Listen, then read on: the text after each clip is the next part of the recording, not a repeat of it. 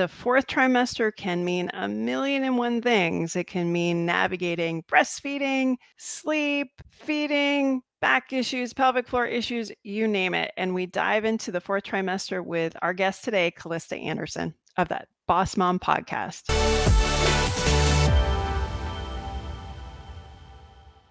All right, so we've been talking about the fourth trimester for the past few years now.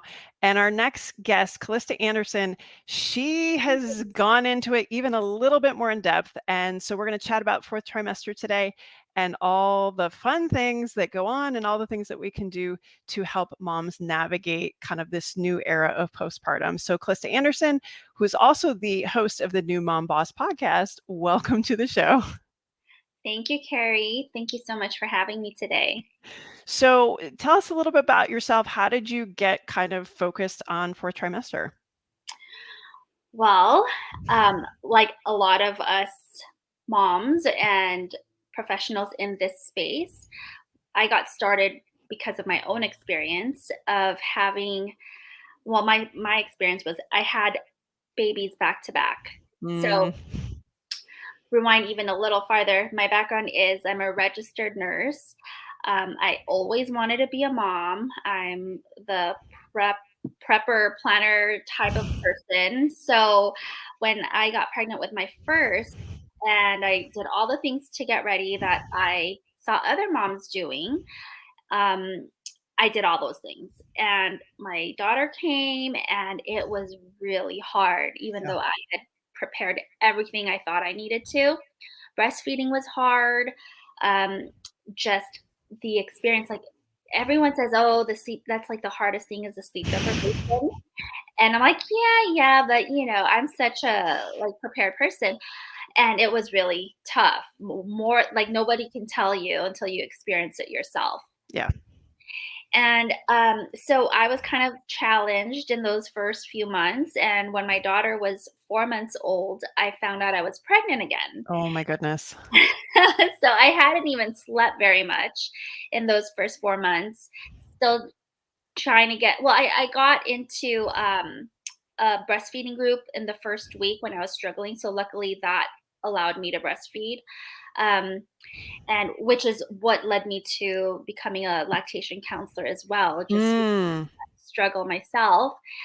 So 4 months into being a new mom, I'm pregnant again. And so I just looked at what I did and what I didn't do that could have helped me better in the postpartum period, that fourth trimester. And that's what I did. And I had a fabulous second time around mom experience. I got to bond with my son and I really enjoyed it. And it was such a great bond that, and we still have that bond today, I aw. believe, because I got to really just cuddle with him and just spend that time and not have to figure out what I need to do. Just like anything, if you've already gone through it once, the second time's easier. Yeah.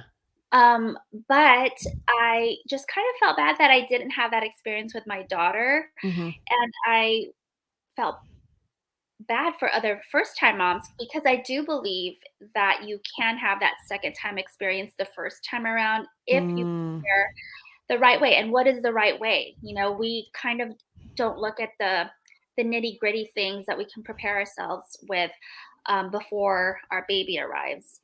And we're kind of focused on like the baby shower and the nursery yeah. and all the gadgets, which are fun and great, and we do need those things.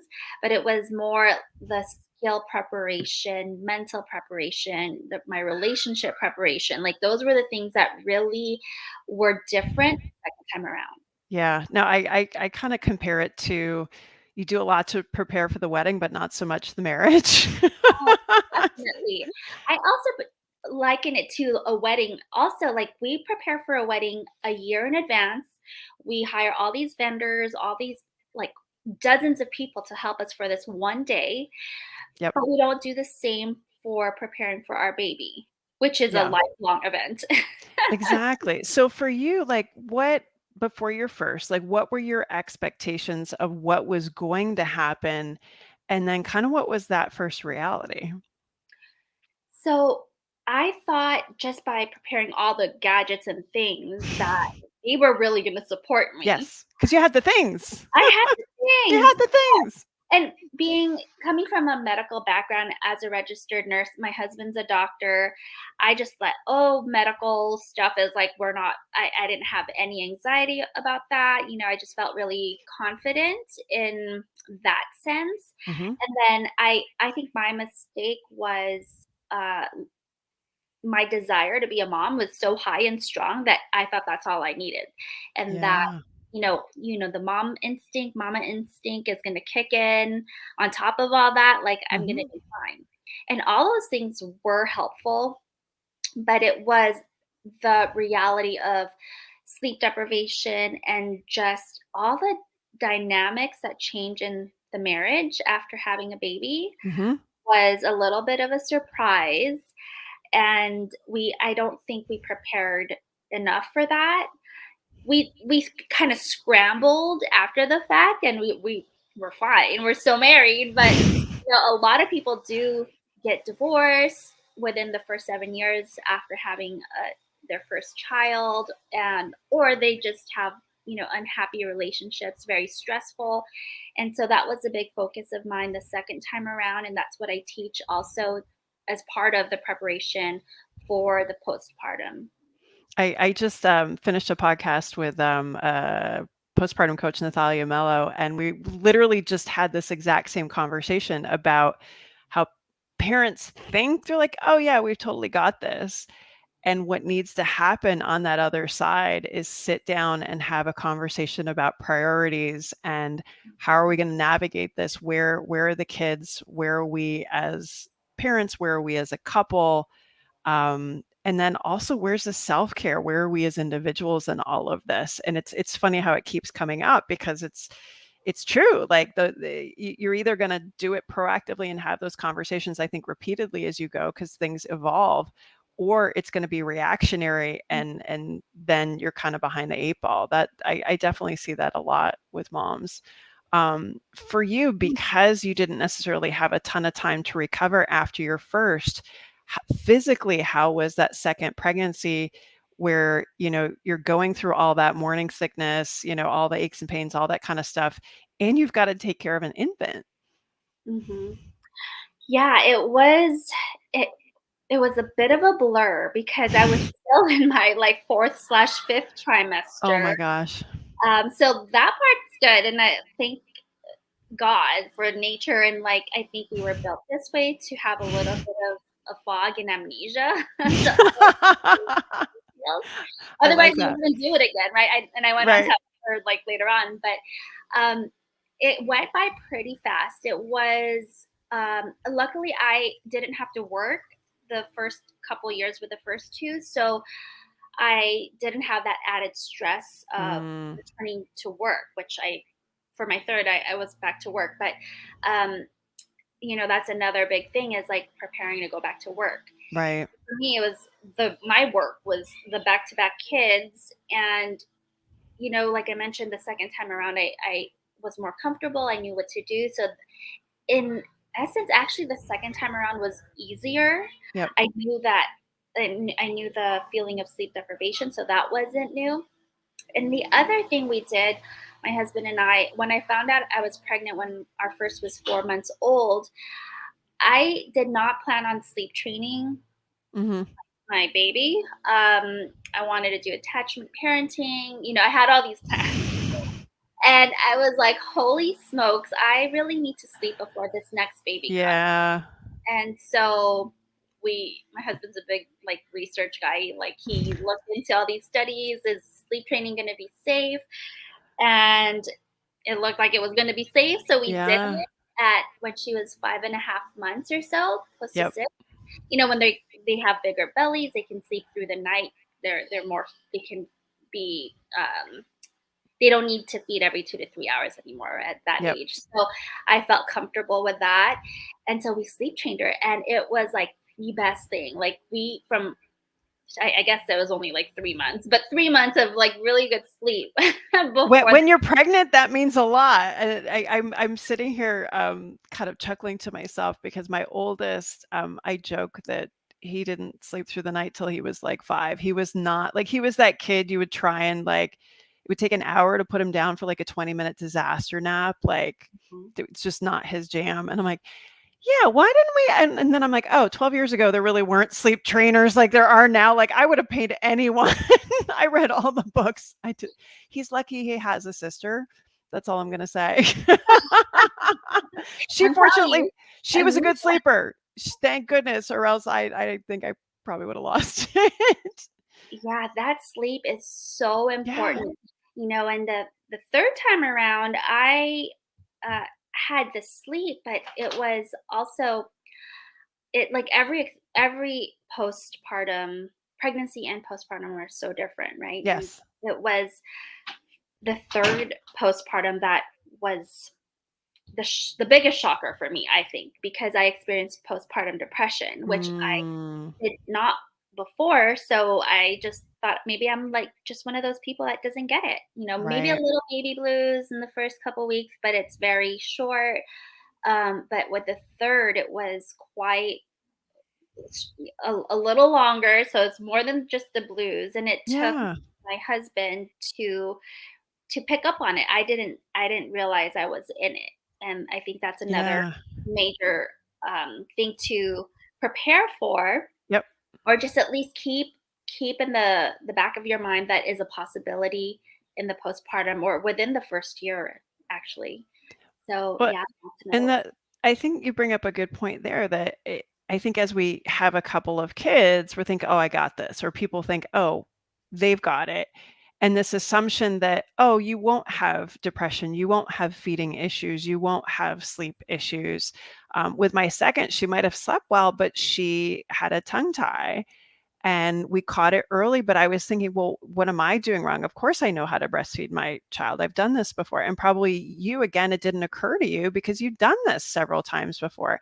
I think we forget that sometimes the moms with a couple of kids, we need to keep an eye on them as well, because just because you've had it a couple of kids doesn't necessarily mean you don't need help, you don't need resources, you have some support.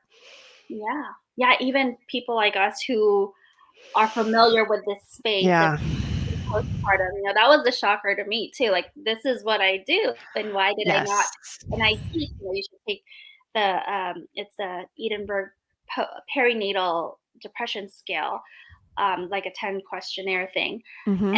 and I was past that, that window, and I'm like, gosh, I was not thinking about that. I was also Right. very busy with the other 2 kids too. So I was like, I think that was another thing, is just juggling one more child on top of Right. the other 2. So, yeah, it luckily it resolved pretty quickly once we identified it, Mhm.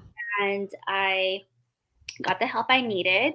And also around that time, my son was hitting the 6-month mark, and I was like, okay, we've we've exhausted the snoo. You're way too big for the snoo now.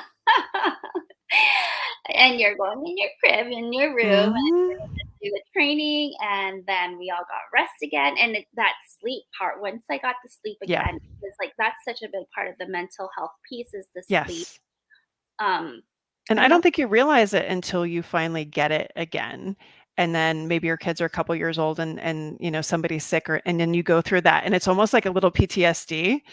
Um, we yeah, got a dog right before the pandemic, and she was having trouble sleeping through the night, and I remember treating her like a baby because she sleeps with me, and I'm like, "It's just a dog.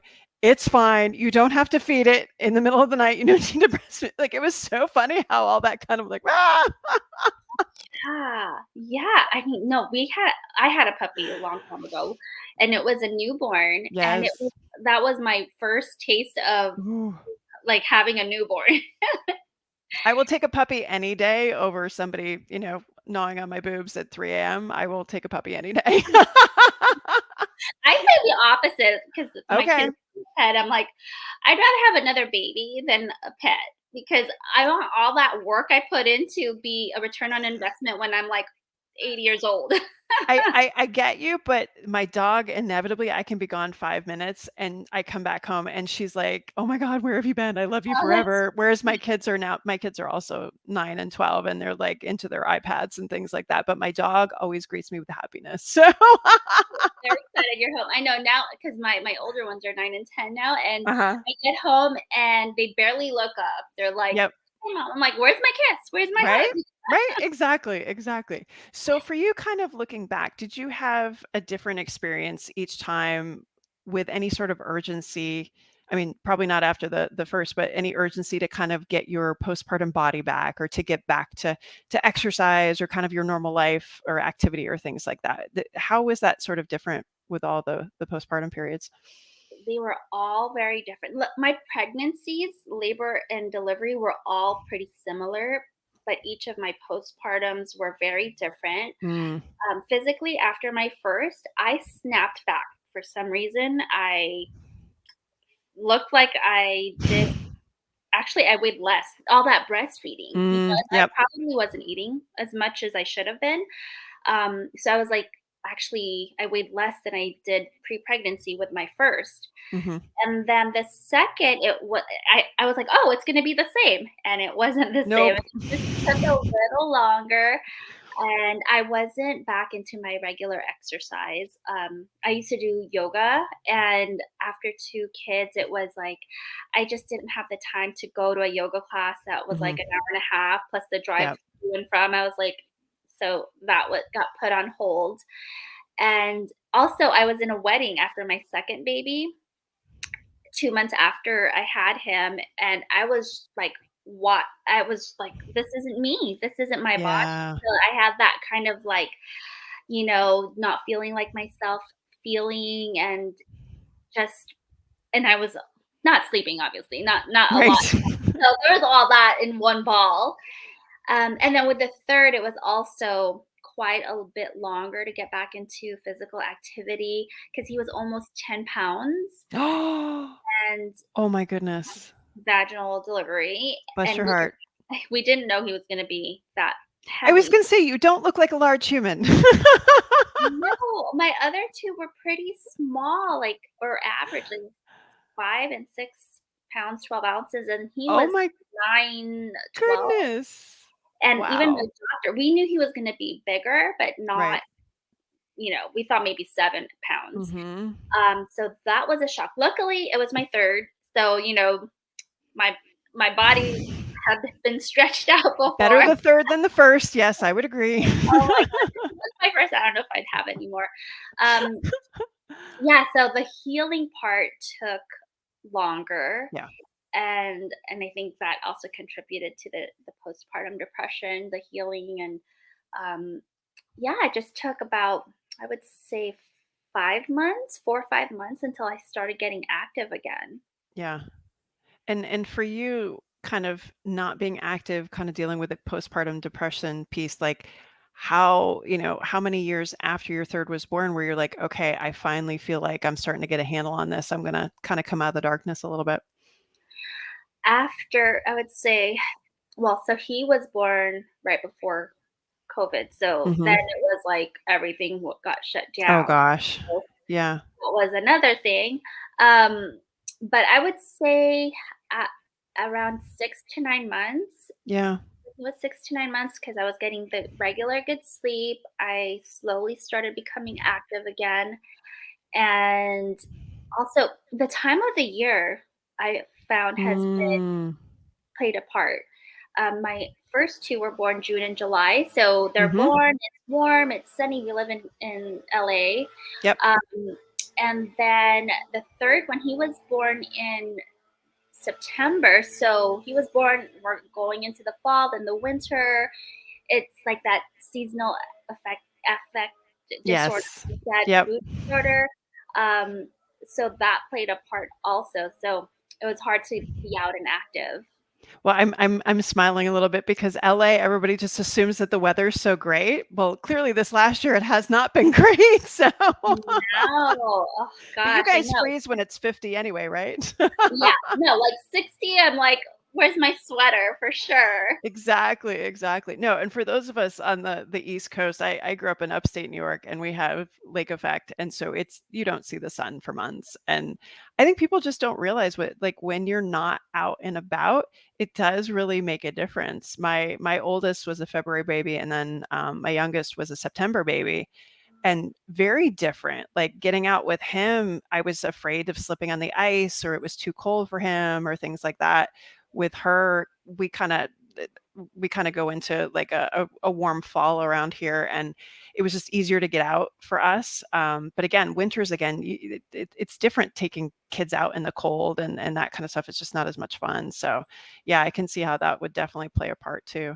Now for you, like, you have a podcast, you have a program for moms.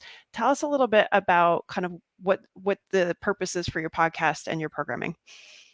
So the podcast is, I have a lot of guests also, and I know we're gonna record for my show Yeah. after this. So I have lots of experts just like you. So I love giving pregnant and postpartum moms all the different things to choose from, because I've learned so much because of the podcast myself that I wish I knew that during pregnancy or postpartum. And so my motto is like, you collect and then select whether it's your birthing method or what type of parenting you want or breastfeeding and like different techniques. So I think the more you know the different ways to do things, you can kind Hmm. of see which fits for you. And I think the podcast does that, with all these different guests, things I've never even heard of. I'm like, yeah, come talk about this on the show, because I think it's going to be a right fit for somebody. So that's kind of, an educational podcast, and also just most of these experts are moms themselves, so Yeah. sharing their own experiences as well. So we learn a lot from anecdotes too. So that, and then um, just being available for moms who need that added support. Yeah. I have my courses and I do coaching, but the more recent thing that I've created that I'm really really proud of is my first year club, which is a year long membership, which has, like we were talking about, like when you prepare for a wedding, you have all the different people. Mm. So this has your built-in support system for when you need it for breastfeeding, pelvic floor, relationships, sleep, and um, what's the fifth one? We have five different categories where you're supported for a whole year. Um, the fifth one is escaping me right now. Mom Oh, sorry. brain. The very first one, which is birthing. So like birthing coach. Yes, you need to birth first. That's incredibly important. Don't forget about that. Don't skip No, that anytime step. anybody forgets, I'm like, don't worry. I've got still mom brain too, going into perimenopause brain. So no worries. I know. It's just one thing after the other. So essentially, you're creating the thing that you wish that you had, which, that to me, I love seeing so many women take the I think the professional knowledge that they walked into motherhood with, and kind of do some crazy mom magic with it, and turn around and morph it into something that builds community. One of the conversations I've had a lot with guests is about how our society sort of evolved, where it used to be birth was this very much community event that you would have people from the community come and participate and support, and how that community is not so much physical anymore, but it's become virtual. We're longing for that connection, that sense of feeling supported, and so on. And we're essentially creating what we wish we'd had, but with these virtual resources of experts and things that we learned that were like, hey, I really wish I'd had that.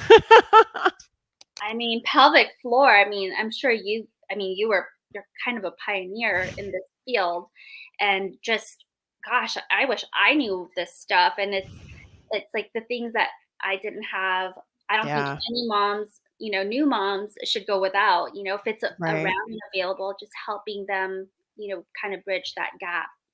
Yeah, no, I think so. And even just, even just the term fourth trimester, having it be so standardized now, if that makes any sense. I mean, if you think back to our moms, and they were essentially expected to, have the baby and, go into homemaking, and just their whole life was surrounding the kids, or go back to work right away, or things like that. There wasn't this period of time that was specifically to focus on moms. And, I don't know that it's necessarily been defined about when it's over. You mentioned fifth trimester. Talk to me about that. I haven't heard that term.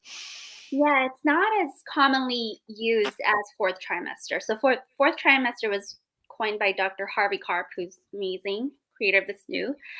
And you know, the fourth trimester is that first 3 months where he says that we really need to be pregnant another 3 months, but our bodies can't hold the baby anymore and kind of evict them out.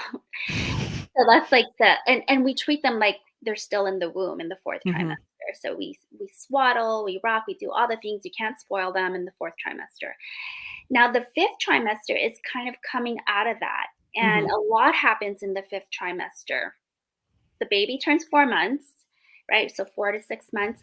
Fourth month is when a lot of babies go through sleep regression. So there's Hmm. that.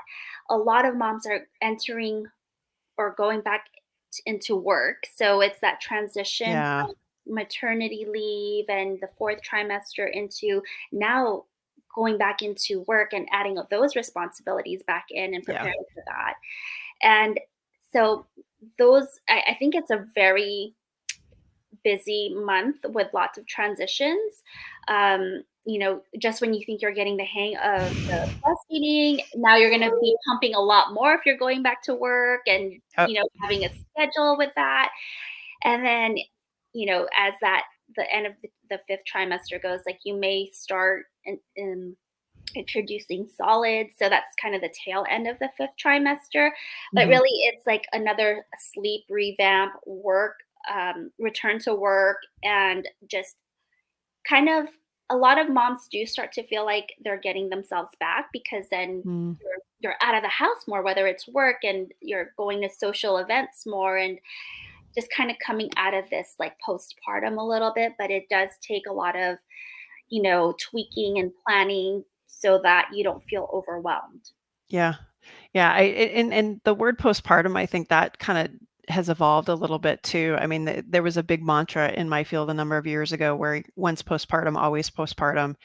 And I think that's also tricky too, because I mean, myself now, I mean, my kids are, when you have one in elementary and you have one in middle school, like, you don't really connect with the little kid moms anymore, the baby moms, but you're like, you still have all this wisdom, but you still feel like I still have things that I'm building back from having them. Even though you don't see a baby in my arms, there's still a lot of things that we're working on. So I whatever we call it, I think it's just so important to understand that we have seasons, and there's certain seasons that, it may be more focused on baby and getting sleep and nutrition and all that kind of stuff. But eventually there's going to be a season come around, hopefully sooner than later, where you can kind of get to focus on yourself and get the resources that you need and that kind of stuff as well. So, all right, we've got a couple questions that we ask everybody. First one, favorite activity since becoming a mom? Ooh, um, I love massages. Yes. Probably, I mean, I think I've always loved massages, but I like get them religiously. Like that's a big piece of my self care. I have a membership so that Love I'm it. forced to go. So Yeah. is favorite, my most favorite activity, I I think. love it. Anytime I ever have a patient and they're like, "Do you think I should get a massage?" I'm like, "I will never be the person to tell you no. If you need me to write on a piece of paper so you can hand it to your spouse to say, 'Yes, this person needs a massage,' I will do that gladly." Yeah, I Definitely. think it needs to be part of our, yeah, Mhm. postpartum journey, like, as a prescription, just like you said. Yes. Yes, I definitely get one on my birthday every year. I also don't work on my birthday because I don't think anybody should. But anyway, Oh, I probably. digress. All right. One piece of advice for new moms. Get the help you need. That's a good one. Yes, I mean, the baby is gonna get what the baby needs. Yeah. You are gonna just fill that baby with all your love, but someone has to be that person for you, Yeah. and it's not always your spouse. Yep. They're your spouses, they have their things, and they're not in charge of your entire wellness, I should say. I think that's a lovely point. We need to not expect them to be able to be everything and everyone. It's okay to reach out for sure. That's a great point. All right. Who's somebody in pregnancy, postpartum, we can say fourth trimester for you. Who's somebody in this space that we should know about? Oh my gosh, that's a hard one. There's so many Mm, people. Um, I mean, they're listening to your show, so that's amazing. I think I'm a big proponent for pelvic floor therapy because I feel so new still, even though yes. it's not new. It's new to most Yep. people. Um, so Who are I some of your favorite names? um geez, there's a company that has Intimate Rose. Oh yeah, that's Amanda Olson. Yep. Yeah, she's been on my show as well, and I just think she has helped revolutionize the industry with Yes. the different, Yes. I don't know, weight gadgets.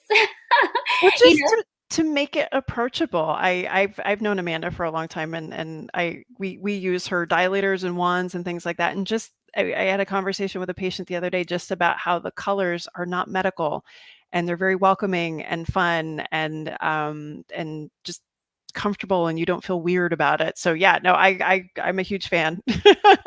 I think the more moms know about it, postpartum and pregnancy, like, Yeah. the earlier you get the education, the farther along or the farther you'll go with it, I think, so. Yeah, definitely. And then last one, what does it mean to you to be an active mom in postpartum?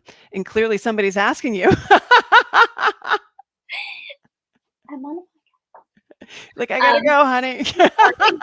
This is what it means to be an active mom, is everybody's asking me to do Yes! things and I'm trying to record stuff, which is why I'm at the Exactly. office. I know, yeah, my husband's gonna take him out. So active mom in postpartum, I think it's just getting back to what you love Yeah, physically, and that might change. yeah. Like for me, it used to be yoga, and now I love Legree. I'm not sure if you're I familiar with don't know what that is. Legree Pilates. It's called Pilates, but it's not really. Okay.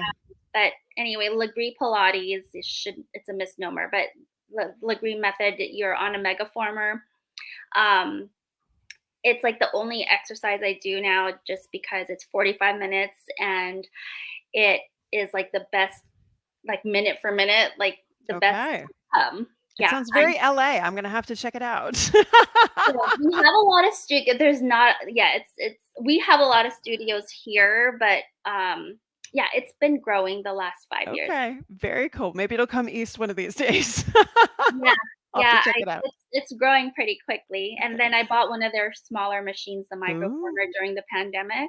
of course. Yeah, so but I'm back in the studio and I love it. That's my activity. Okay. Well, if anything you can be consistent with, I think it's a good activity. So I that's think awesome. that's what it means to be an active mom, is doing something you love so that you'll stick with it. Yes, I love that. I love that. If you want to learn more about Callista and her programs and her podcast, you can check her out at New Mom Boss on Instagram. Callista, thanks so much for being on the Thank show. you, Carrie. I appreciate it. Thank you.